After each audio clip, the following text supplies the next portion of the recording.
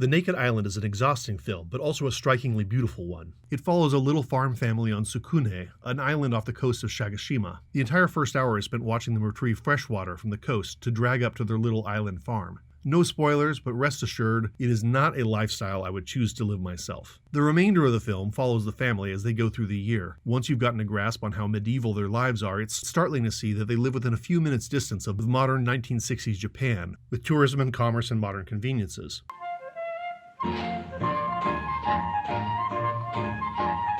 But this is part of the genius of the film. M. Night Shyamalan can say that a 200-year-old society existing within modern life is a total twist. The Handmaid's Tale can use this as a metaphor for real-world political dangers. But The Naked Island shows two sides of the actual 1960s living side by side that defies our ideas of modernity, and it does so with a deep understanding and cynicism about its own characters. Back in the 2000s, people lost their minds that Wall-E had no dialogue for its first 20 minutes. This entire film, which is riveting and I'd say much better than Wall-E, contains zero dialogue except for one utterance by the father halfway through.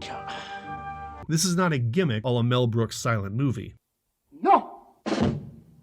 You just don't need dialogue to know these people intimately. The frustrated, churlish father, the long-suffering mother, the elder son who seems to have a better head on his shoulders than everyone else. While his parents try growing rice with very, very little fresh water available, he fishes and he lands a big one. Big enough to pay for, after negotiations, a day out, a ride up the skyway, new clothes. At the end of their joyful outing to the big city, the kids gaze out from the top of the skyway, across the city and the bay, and towards their island home. Cut to a gloomy shot of returning across the water. You can feel the disappointment of going back to their regular lives. Surely that was not the only big fish in the sea, but a dedication to tradition seems to be both his parents' reason for living and their fatal flaw. The director, Kaneto Shindô, is probably better known in the States for his quasi-horror film Onibaba, where a mother and daughter murder wandering samurai in a pit to sell their armor for cash. But Shindô's filmography is vast, and includes horror, social realism, biographies, melodramas, Chekhovian comedy, and more. If you haven't seen Onibaba, that's another one to put on your list, stat. One remarkable thing about The Naked Island is its unwavering cinematography. The subject of every shot is located dead center in the frame. There's a fearful symmetry that, on one hand, makes the character we're looking at the center of the universe, and on the other hand, it makes us doubt that any center exists beyond our own gaze.